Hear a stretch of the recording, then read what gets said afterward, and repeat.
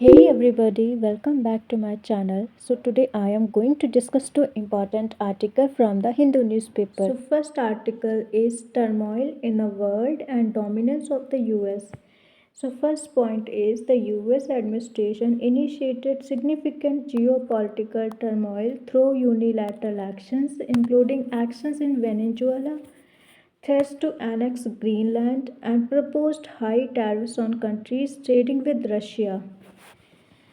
तो US administration ने initiate किए हैं कुछ significant geopolitical turmoil through unilateral action, मतलब खुद से ही कुछ एक्शंस लिए हैं, जैसे इंक्लूडिंग एक्स इन वेंजुएला, जो एक्शन उन्होंने वेंजुएला में लिया है, और थ्रेट्स टू एनेक्स ग्रीनलैंड, और एक धमकी दी है कि हम ग्रीनलैंड को एनेक्स कर लेंगे, and proposed high tariffs on countries with trading Russia, और उन कंट्रीज़ पे हाई प्रपोज टैरिफ लगाएंगे जो रशिया से ट्रेड करेगा।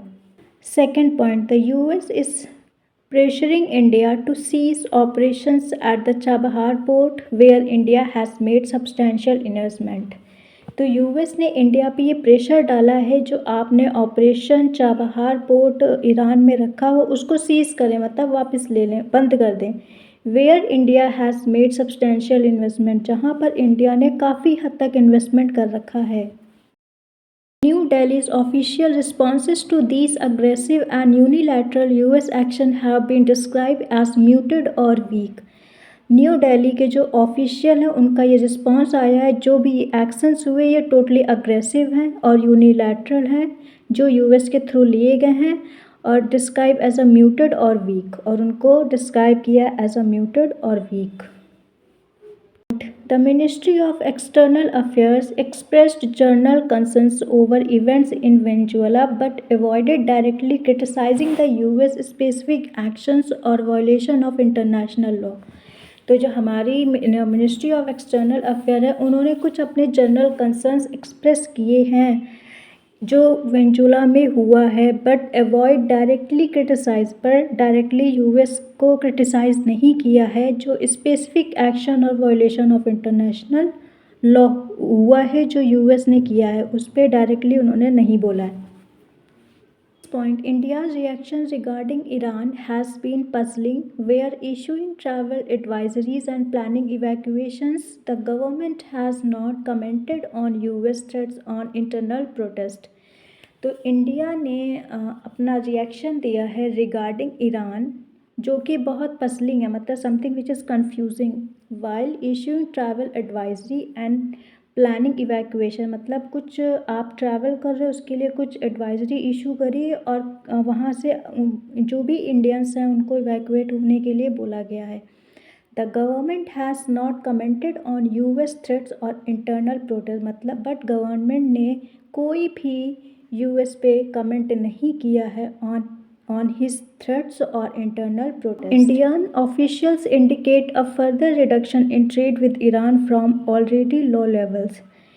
इंडियन के जितने भी ऑफिशियल्स हैं उन्होंने ये इंडिकेट किया है कि हमने और भी रिडक्शन किया है with Iran from already low level, मतलब हम ऑलरेडी लो लेवल पे हैं और हमने और भी उस पर रिडक्शन किया है trade with Iran. 7 point, the government's cautious approach is likely motivated by a desire to improve strained ties and secure a bilateral trade agreement with the US. जो गवर्नमेंट की जो ये cautious approach है ये एक likely motivated है by a desire to improve जो भी इंडिया और अमेरिका के जो strained ties है उनको secure एक bilateral trade agreement with the US. The core argument of the article is that appeasing a global power does not secure India's interest. Only an assertion of strategic autonomy can achieve that goal. मतलब जो भी article में ये argument किया है, the core argument is that कि जो आप अपीस करते हैं global power, it does not secure, ये इंडिया के इंटरेस्ट को सिक्योर नहीं करता है, केवल क्या करेगा, only an assertion of strategic autonomy can achieve that goal. And the second article is Startup Indian Mission. So the first point is nearly 44,000 startups were registered with the government in 2025, making the highest annual addition since the Startup India scheme was launched। तो जो हमारा nearly 44,000 startup मतलब 44,000 startup registered हुए हैं with the government in 2025, making the highest annual addition, मतलब ये सबसे ज़्यादा एनुअल का है जब से हमारा startup India scheme was launch. जब से स्टार्टअप इंडिया स्कीम लॉन्च हुआ था तब से ये सबसे ज़्यादा हाईएस्ट है, which is 44,000। And the second point is the Startup India initiative was launched on January 16, 2016।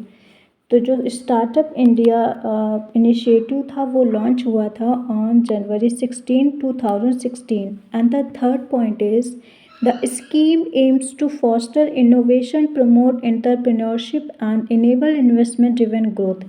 तो जो स्कीम का एम था वो था फोस्टर इनोवेशन, मतलब इनोवेशन को इन्हांस करना, प्रमोट करना एंटरप्रेन्योरशिप और इनेबल इन्वेस्टमेंट ड्रिवन ग्रोथ।